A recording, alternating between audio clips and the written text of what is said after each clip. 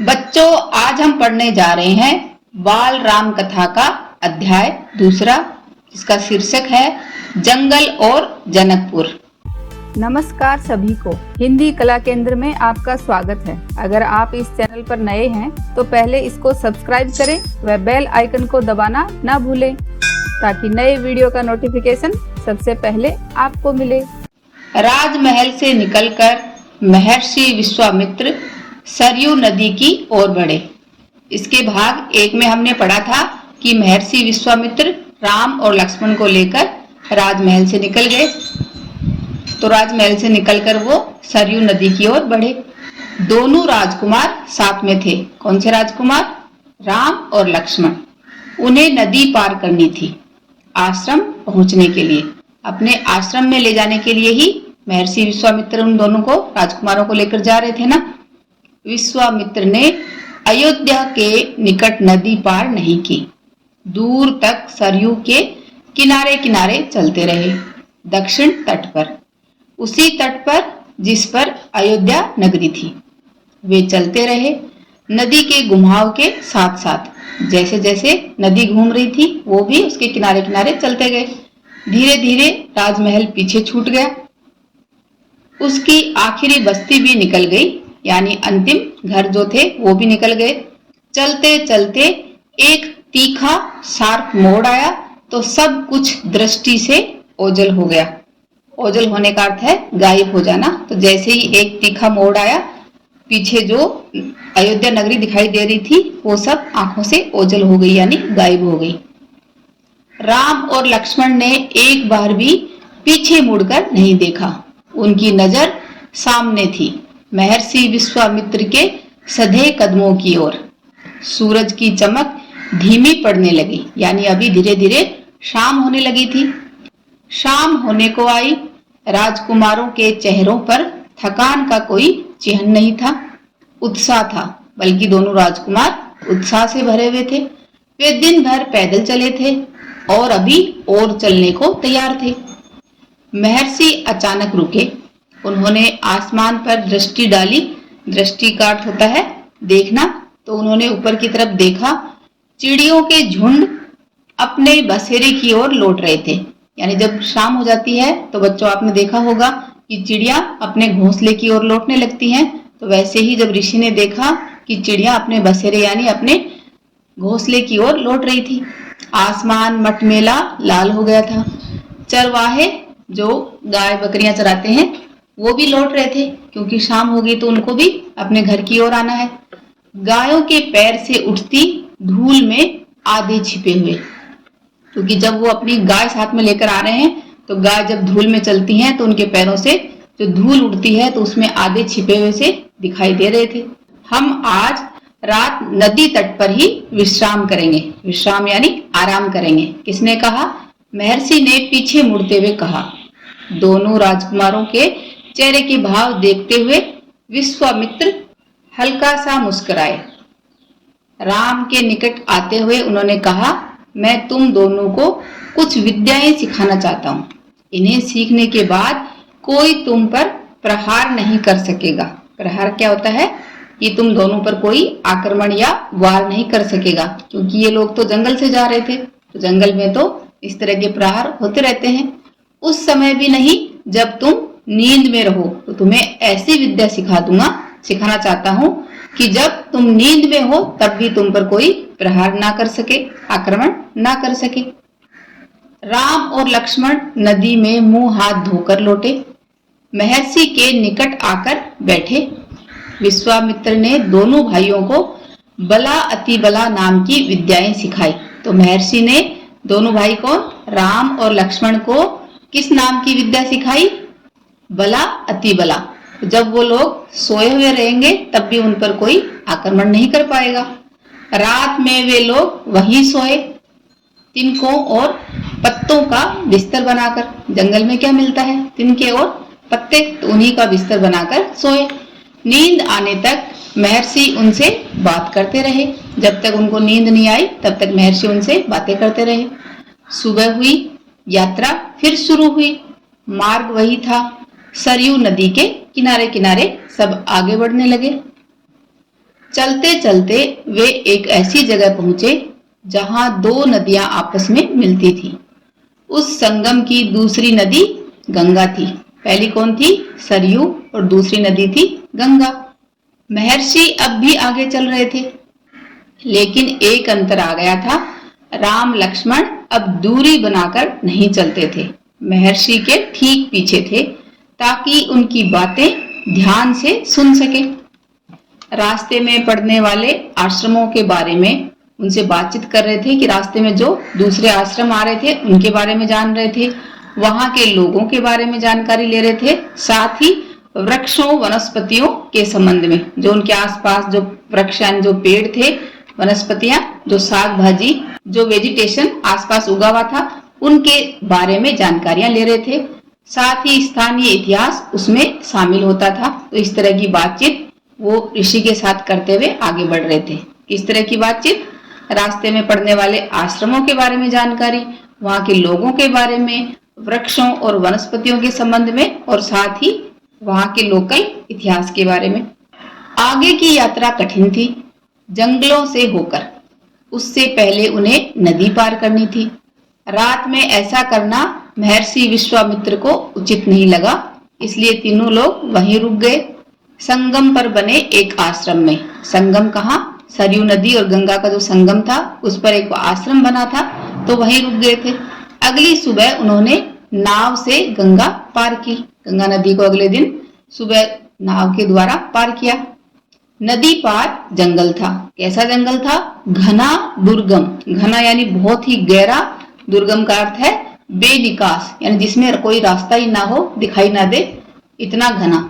सूरज की किरणें धरती तक नहीं पहुंचती थी। क्यों नहीं पहुंच रही थी? क्योंकि पेड़ पौधे इतने ज्यादा घने थे कि सूर्य की किरणें जमीन तक, धरती तक नहीं पहुंच रही थी। इतना घना। तो बच्चों, इससे हमें पता चला ना कि जंगल कितना ज्यादा घना था।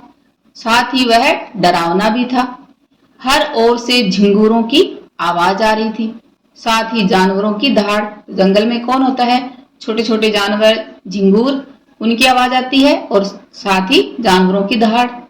कर्कश ध्वनियां। कर्कश यानी तड़क भड़क की तेज आवाज। चारों तरफ बहुत तीखी आवाज आ रही थी। राम और लक्ष्मण को आश्वस्त करते हुए महर्षि ने कहा, आश्वस्त यानी उनको चिंता रहित किया कि आप लोग चिंता मत करो, क्योंकि इन दोनों राजकुमारों के लिए तो ये पहला अनुभव था। तो महर्षि ने दोनों को चिंता रहित किया, आश्वस्त किया, उनको भरोसा दिलाया कि खतरे की कोई बात नहीं है। ये जानवर और वनस्पतियां जंगल की शोभा है, यानी ये तो जंगल की सुंदरता है। कौन है जंगल की सुंदरता? कौन है जंगल की सुंदरता? ये जानवर और यहाँ की वनस्पतियां। इनसे कोई डर नहीं है। असली खतरा राक्षसी ताड़का से है।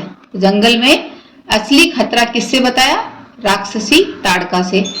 वह यहीं रहती है, तुम्हें वह खतरा हमेशा के लिए मिटा देना है। तो दोनों राजकुमारों को क्या काम दिया कि राक्षसी ताड़का को मिटा देना है, उसको मारना है, और पूरे जंगल में उसी का खतरा है। ताड़का के डर से कोई उस वन में नहीं आता था। जो भी आता, ताड़का उसे मार डालती, अचानक आक्रमण कर देती, यानी अचानक हमला कर देती। उसका डर इतना था कि उस सुंदर वन का नाम ताड़का वन पड़ गया था। तो उस वन का नाम क्या था? सुंदर वन। लेकिन ताड़का ने इस तरह का खोफ दिखाकर उसका नाम क्या कर दिया? ताड़का वन, क्योंकि जो भी उस वन में आता उसी को ताड़का मार देती। राम ने महर्षि की आज्ञा मान ली। धनुष पर प्रत्यंचा चढ़ाई। धनुष पर प्रत्यंचा का क्या होता है? धनुष पर जो डोरी लगी रहती है उसको चढ़ाया, यानी उस पर तीर लगाने के लिए तैयार किया, और उसे एक बार खींचकर छोड़ा। इतना ताड़का को क्रोधित करने के लिए बहुत था। टंकार। टंकार का अर्थ है जैसे ही तीर को छोड़ा तो एक आवाज आई जो उस धनुष से निकली। तो धनुष की ध्वनि को क्या बोलते हैं? टंकार। तो टंकार की आवाज सुनते ही क्रोध से बिलबिलाई ताड़का गरजती हुई राम की ओर दौड़ी। ताड़का को गुस्सा क्यों आया? उसे लगा कि यहाँ पर आने वाले लोगों को तो मैं मारती हूँ, यहाँ ये मस्ती कौन कर रहा है जो धनुष पर ऐसे तीर चढ़ाकर आवाज मुझे सुना रहा है। तो ये इतना काफी था ताड़का के लिए। तो उसको गुस्सा आ गया, गुस्से में बिलबिलाती हुई ताड़का राम की ओर दौड़ी। दो बालकों को देखकर उसका गुस्सा और भड़क गया और ज्यादा क्रोधित हो गई। जंगल में जैसे तूफान आ गया। विशालकाय पेड़ कांप उठे। विशालकाय यानी बहुत बड़े बड़े पेड़ भी कांप उठे। उनके पत्ते टूटकर इधर उधर उड़ने लगे। धूल का घना बादल छा गया। उसमें कुछ दिखाई नहीं पड़ता था। फिर ताड़का ने पत्थर बरसाने शुरू कर दिए। राम ने उस पर बाण चलाए। लक्ष्मण ने भी निशाना साधा। ताड़का बाणों से घिर गई। राम का एक बाण उसके हृदय में लगा। हृदय यानी उसके सीने में लगा, उसके हार्ट में लगा। वह गिर पड़ी और ऐसी गिरी कि फिर नहीं उठ पाई। तो वहीं पर ताड़का का इस प्रकार बच्चों अंत हो गया। किसने किया? राम और लक्ष्मण ने मिलकर। विश्वामित्र बहुत प्रसन्न हुए। विश्वामित्र क्यों प्रसन्न हुए? क्योंकि इसी काम के लिए उन्होंने राजकुमार को बुलाया था, क्योंकि विश्वामित्र यही काम करवाना चाह रहे थे। उन्होंने राम को गले लगा लिया। उन्होंने दोनों राजकुमारों को 100 तरह के नए अस्त्र शस्त्र दिए, यानी उनको औजार दिए, कुछ हाथ से चलाने वाले और कुछ दूर से फेंक कर मारने वाले। उनका प्रयोग करने की विधि बताई कि उन अस्त्र शस्त्रों को कैसे चलाते हैं, वो विधि बताई और उनका महत्व भी समझाया। महर्षि का आश्रम वहां से अधिक दूर नहीं था, लेकिन तब तक रात हो चली थी। विश्वामित्र ने वह दूरी अगले दिन तय करने का निर्णय लिया। ताड़का मर चुकी थी, उसका भय नहीं था, तो अभी जंगल में आराम हो गया था। तब तीनों ने रात वहीं बिताई। कहाँ बिताई? ताड़का वन में, जो अब पूरी तरह भयमुक्त था। भयमुक्त का अर्थ है कि अब पूरी तरह निडर वो जंगल बन गया था। जंगल में किसी तरह का कोई डर नहीं था, क्योंकि डर जंगल में किस बात का था? ताड़का का, और वह अब मर चुकी थी। सुबह जंगल बदला हुआ था। अब वह ताड़का वन नहीं था, क्योंकि ताड़का नहीं थी।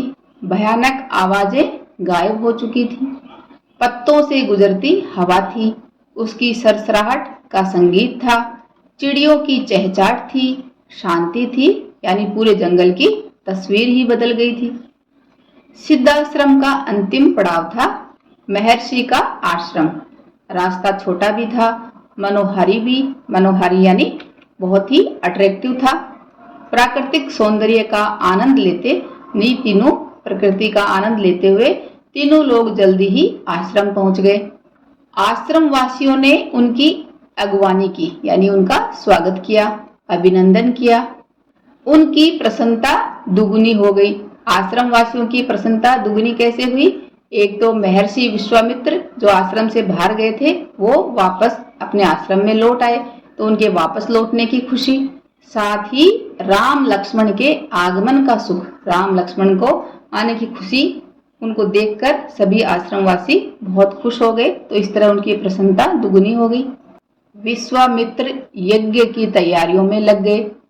अनुष्ठान प्रारंभ हुआ। आश्रम की रक्षा की जिम्मेदारी राम लक्ष्मण को सौंपकर महर्षि आश्वस्त थे, यानी महर्षि अब निश्चिंत थे कि अब आश्रम की जिम्मेदारी किसको सौंपी? राम और लक्ष्मण को। अब वो निश्चिंत होकर अपना अनुष्ठान पूरा कर सकते हैं। अनुष्ठान अपने अंतिम चरण में था, यानी पूरा होने वाला था कुछ ही दिनों में। 5 दिन तक सब ठीक ठाक चलता रहा, एकदम शांति से, निर्विघ्न के साथ। निर्विघ्न का अर्थ है कि बिना किसी बाधा के, बाधा रहित, किसी तरह का कोई डिस्टरबेंस नहीं था। लगता था कि राजकुमारों की उपस्थिति ने ही राक्षसों को भगा दिया है। राम और लक्ष्मण ने यज्ञ पूरा होने तक न सोने का निर्णय किया। तो राम और लक्ष्मण ने क्या निर्णय लिया बच्चों? कि जब तक ये यज्ञ पूरा नहीं होगा, क्योंकि इस यज्ञ को पूरा कराने की जिम्मेदारी इन्हीं को मिली थी, तो तब तक हम सोएंगे ही नहीं। वे लगातार जागते रहे, चौकस रहे, यानी चौकन्ने रहे। कमर में तलवार, पीठ पर तुणीर, हाथ में धनुष, पतंचा चढ़ी हुई, इस तरह हरदम तैयार स्थिति में रहे, हर स्थिति के लिए तैयार, चाहे किसी भी तरह से कोई भी राक्षस आ जाए, पूरी तैयारी के साथ थे। इस तरह अनुष्ठान का अंतिम दिन था। अचानक भयानक आवाजों से आसमान भर गया।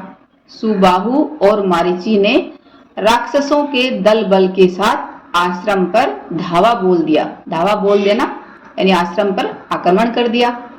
मारीच क्रोधित था, यज्ञ के अलावा भी इस बात से कि राम लक्ष्मण ने उसकी मां को मारा था, ताड़का को। यानी मारीच और सुबाहु किसके बच्चे थे? ताड़का के। तो उन दोनों को गुस्सा आया था, एक तो इस बात का कि यहाँ पर यज्ञ हो रहा है, और दूसरा राम लक्ष्मण ने उनकी मां को मारा, ताड़का को। तो सुबाहु और मारीच की माता का नाम क्या है? ताड़का। राम ने राक्षसों का हमला होते ही कार्रवाई की, क्योंकि वो तो पहले से तैयारी थे। धनुष उठाया और मारीच को निशाना बनाया। मारीच बाण लगते ही मूर्छित हो गया। मूर्छित होने का अर्थ है बेहोश हो जाना, तो बेहोश हो गया। बाण के वेग से यानी उसकी रफ्तार से बहुत दूर जाकर गिरा, समुद्र के किनारे, लेकिन वह मरा नहीं। जब होश आया तो उठकर दक्षिण दिशा की ओर भाग गया। राम का दूसरा बाण सुबाहु को लगा, उसके प्राण वहीं निकल गए, यानी वो वहीं मर गया। सुबाहु के मरने पर राक्षस सेना में भगदड़ मच गई।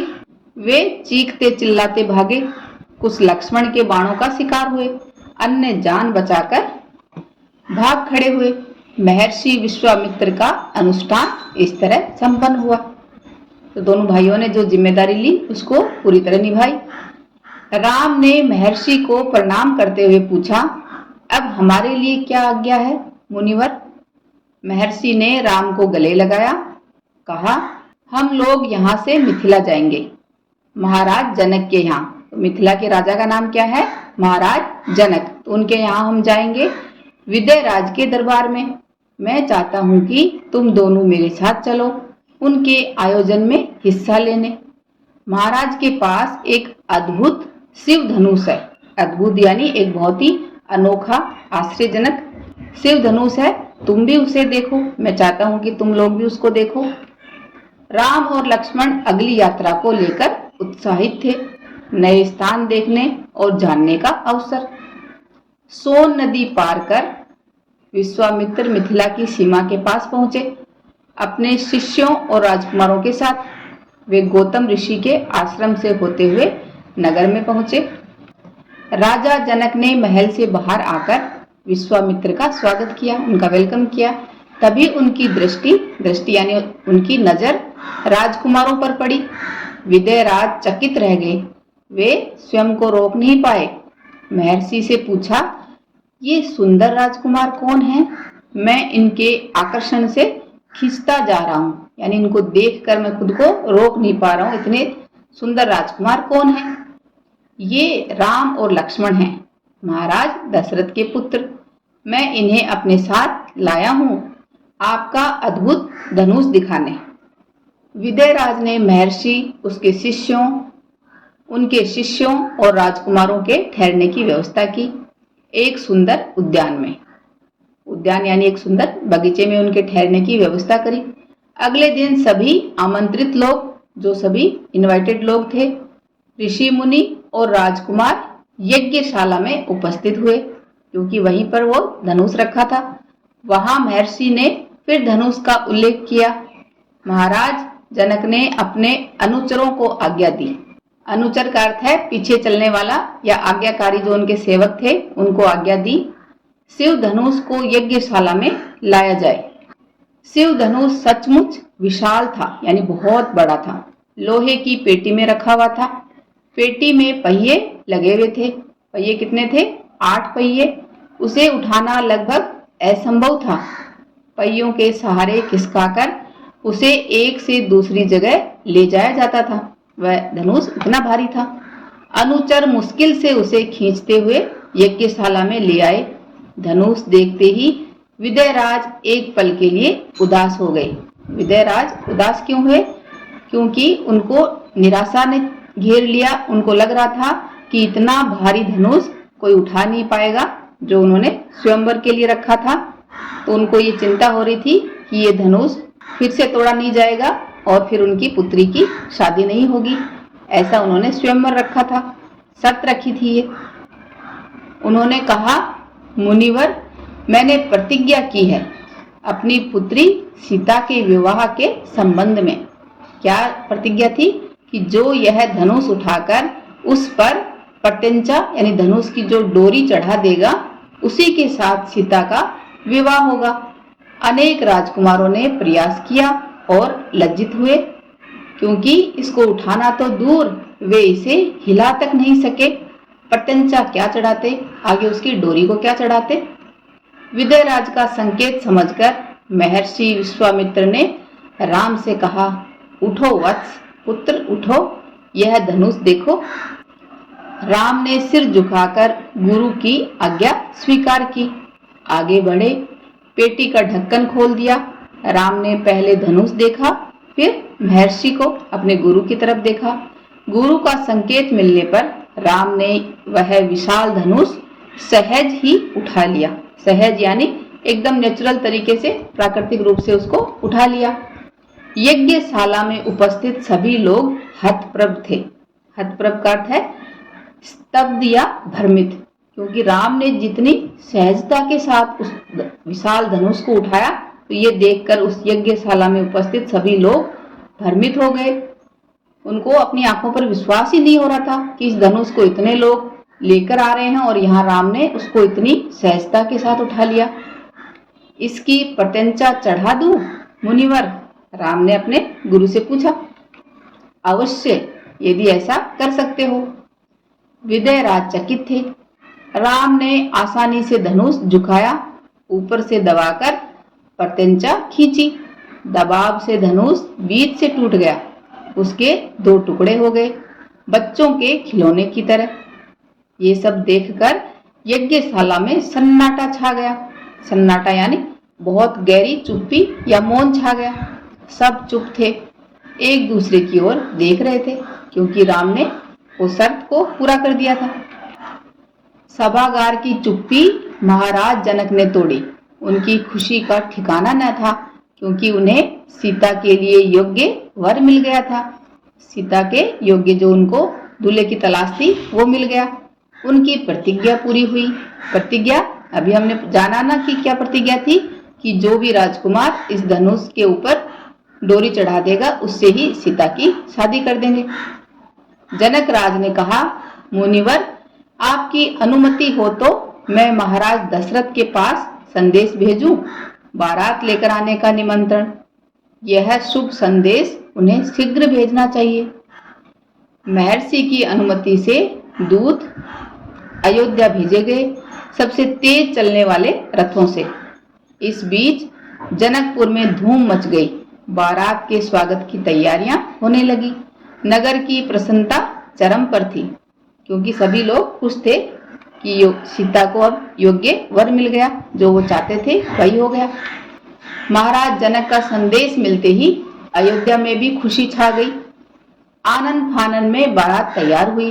हाथी, घोड़े, रथ, सेना। बारात को मिथिला पहुंचने में 5 दिन लग गए। जनकपुरी जगमगा रही थी। हर मार्ग पर तोरण द्वार, हर मार्ग पर एक तोरण द्वार बना गया। हर जगह फूलों की चादर, एक एक कोना सुवासित, सुवासित का अर्थ होता है सुगंधित, हर एक कोने को महकाया गया। हर घर के प्रवेश द्वार पर बंधनवार बनाई गई। एक एक घर से मंगल गीत गाए गए। मुख्य मार्ग पर दर्शकों की अपार भीड़, जो मुख्य वहां के रास्ते थे उस पर देखने वालों की बहुत गहरी भीड़। खिड़कियों और छज्जों से झांकती महिलाएं।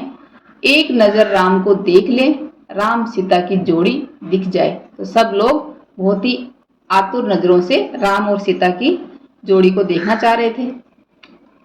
विवाह से ठीक पहले विदयराज ने महाराज दशरथ से कहा, राजन, राम ने मेरी प्रतिज्ञा पूरी कर बड़ी बेटी सीता को अपना लिया।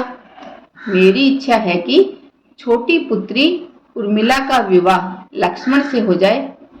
मेरे छोटे भाई कुशध्वज की भी 2 पुत्रियां हैं, मांडवी और श्रुतकीर्ति। कृपया उन्हें भरत और शत्रुघ्न के लिए स्वीकार करें। तो इस तरह राजा दशरथ ने यह प्रस्ताव तत्काल मान लिया। तत्काल यानी तुरंत मान लिया। तो राजा दशरथ के कितने पुत्र थे? 4। तो यहाँ पर उनको 4 पुत्रियां मिल गई। विवाह के बाद बारात कुछ दिन जनकपुरी में रुकी। बाराती बहुओं को लेकर अयोध्या लौटे तो रानियों ने पुत्र वधुओं की आरती उतारी। स्त्रियों ने फूल बरसाए। शंख ध्वनि से गलियां गूंज उठी। यह आनंदोत्सव लगातार कई दिनों तक चलता रहा, क्योंकि अयोध्या में भी ये खुशी का समय चल रहा था। अब बच्चों, इसके अध्याय 3 को अगले वीडियो में पढ़ेंगे। अभी हमने जो पढ़ा उस पर आधारित ये 5 क्वेश्चन है, जिनके उत्तर आपको कमेंट बॉक्स में लिखकर बताना है, ताकि मुझे लगे कि आपको समझ आया है। विश्वामित्र ने राम व लक्ष्मण को कौन सी विद्या सिखाई थी? तो उस विद्या का नाम आपको कमेंट बॉक्स में लिखकर बताना है। अगला सवाल है, जंगल में असली खतरा किससे बताया? तो ये हमने पाठ में जाना था। राम व लक्ष्मण ने यज्ञ पूरा होने तक क्या निर्णय लिया था? ये बात भी आप कमेंट बॉक्स में लिखकर बताओ। सुबाहु और मारीच की माता कौन थी? और हमारा अंतिम सवाल है, लक्ष्मण की पत्नी का नाम बताइए। सुझावों व सुधारों के लिए कमेंट बॉक्स में लिखें। अगर हमारे वीडियो बन ही रहे हैं आपके फेवरेट, तो फिर क्यों ना करें इनको लाइक, सब्सक्राइब और रिकमेंड। हमें और बेहतर बनाने के लिए आप कर सकते हैं कमेंट। धन्यवाद।